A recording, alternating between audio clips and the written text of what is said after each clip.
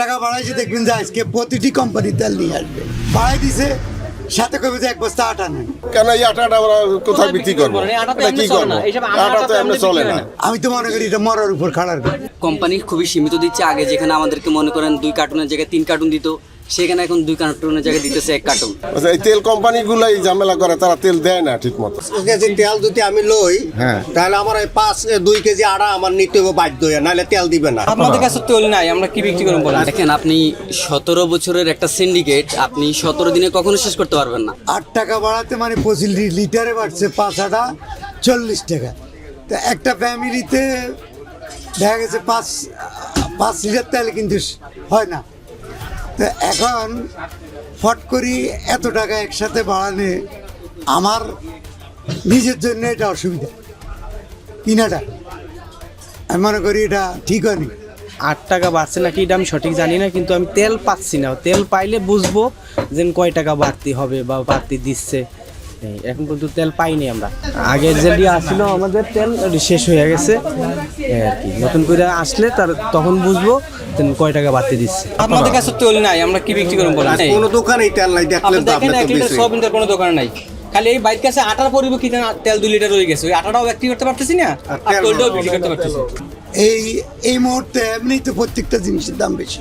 চাউলের দাম বাড়তি, আপনার ছোলার দাম বাড়তি, ডালের দাম বাড়তি, তারপরে প্রত্যেকটি আইটেমে বাড়তি। 1 কেজি আলু কিনতে না 100 টাকা, তাহলে মানুষের ভিতরে বিরূপ প্রতিক্রিয়ার সৃষ্টি হবে। এখন আবার আমি তো মনে করি এটা মরার উপর খাড়ার কথা। তেলটা আসলে হচ্ছে কি, এখন কোম্পানি খুবই সীমিত দিচ্ছে। আগে যেখানে আমাদেরকে মনে করেন 2 কার্টুনের জায়গায় 3 কার্টুন দিত, সেখানে এখন 2 কার্টুনের জায়গায় দিতেছে 1 কার্টুন। এই যে বাড়াই দিছে সাথে কবে যে 1 বস্তা আটা নেই। তা আমার আটা 1 বস্তা কিনতে গেলে দেখা গেছে 1200 টাকার উপরে যায়।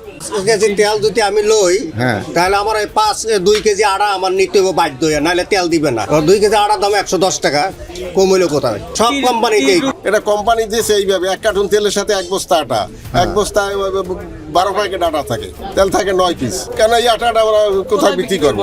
এটা কি করবো? আটা তো এমনি চলে না। তেলের সংকট মোটেও নেই। আপনার আজকে বাড়াইছে তো, আজকে দেখবেন যে প্রত্যেকটি কোম্পানি আসবে। 10-15 দিন থেকে এটা দিচ্ছে এইভাবে। এই কয়েকদিন ওরা এই ক্রাইসিসটা মানে গ্যাপ করে মানুষে মানে একটা ভোগান দিতে পারছে। 8 টাকা বাড়াইছে দেখবেন যে আজকে প্রতিটি কোম্পানি তেল নিয়ে আসবে।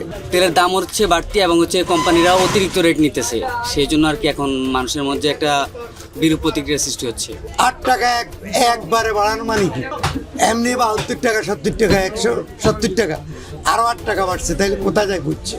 এরপরে আমাদের পর্যায়ে আস্তে আস্তে কত টাকা বাড়া আল্লাহ জানে, এখন তো আসেনি।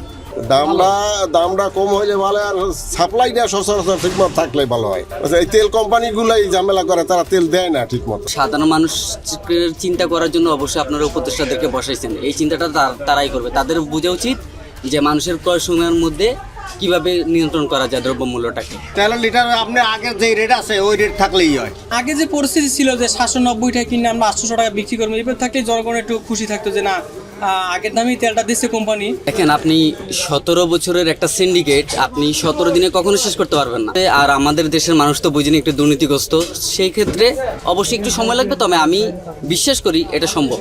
যদি প্রতিটা মানুষ এবং যারা বর্তমানে দায়িত্বশীল ব্যক্তিবর্গ আছেন, তারা যদি তাদের প্রত্যেকের জায়গা থেকে এবং আমাদের সাধারণ জনগণও যদি নিজেদের জায়গা থেকে প্রপারলি নিজের দেশকে ভালোবাসি, তাহলে অবশ্যই ভালো কিছু করা সম্ভব। আপনি দেখেন, আমাদের স্বাধীনতার 53 বছরে এমন কোনো বছর নাই যে বছরটাতে দুর্নীতি হয়নি। তার মানে প্রশ্ন হলো, প্রতিটা চেয়ারে প্রতিটা বছর অথবা 2 বছর, 4 বছর, 5 বছর পর 53 বছরে কেউ না কেউ আসছে গেছে। একটা চেয়ারে অনেক মানুষ আসলো গেছিলো, কিন্তু 53 বছরে এমন কোনো বছর আপনি দেখাইতে পারবেন না যে বছরটাতে দুর্নীতি হয়নি। তার মানে 53 বছরে যারাই আসলো যারাই গেল প্রত্যেকে দুর্নীতি করছে। তার মানে আমাদের মস্তিষ্কের সমস্যা। আমরা যদি মানসিকতার দিক থেকে যদি আমরা পরিবর্তন করতে পারি প্রত্যেকের নিজেদেরকে, তাহলে আমাদের দেশটা ভালো কিছু করা সম্ভব এবং সিন্ডিকেট বলতে কিছুই থাকবে না। আমি বিশ্বাস করি জাপানের মতো একটা সভ্য জাতি, সভ্য দেশ হওয়া সম্ভব।